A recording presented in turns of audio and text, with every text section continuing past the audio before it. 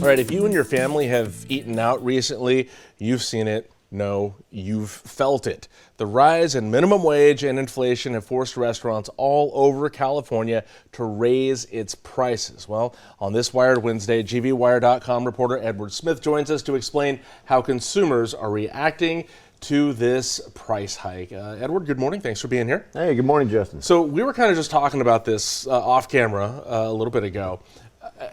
Just the insane amount of prices, paying a lot for something we used to pay maybe, I don't know, $5-10 for, we're paying 20 or 30 for now. How do you track all this stuff? So this is the report from the that little pad that they flip around and then you just insert it and you get to, that's them. Oh, so this is them. They're tracking that. They're getting that data firsthand. What is that, like Toast or Square or something? Exactly. One of those? Wow, okay. So restaurants everywhere, they calculate employee payrolls. They help restaurants calculate transactions. So they're firsthand knowledge. Okay, so yeah, you don't think about that because you're just swiping your card and getting what you need, and you don't think about, oh, that's data. Right, okay. So as expensive as things have gotten, how are people cutting back on fast food dining? Are they cutting back? You're going to hate me for saying this, but it depends. Okay. So across the board, what they are seeing is that the average ticket price has grown. It can grow anywhere from like 1 to 5% from last year. So we're spending more, we're buying more, things are getting more expensive. But what they're seeing is there's kind of a split. In about half the cities, people are spending less. People are going out, but in about the other half of the cities, people don't care. And they're willing to spend that much more money. Wow, okay. Now, is that including tips? Because I know those are important to restaurant employees.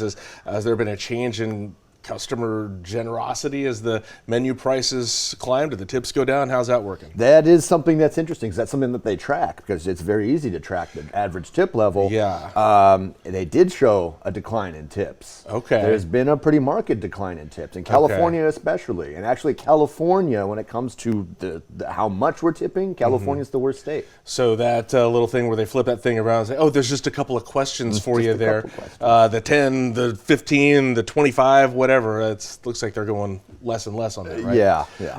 So what kind of rules are we talking about here for people that are buying? Is it the sandwich? Is it the taco? What are we talking about here? Almost across the country, it's a sandwich. Okay. Nobody can beat the sandwich unless you're in California, where it's the taco.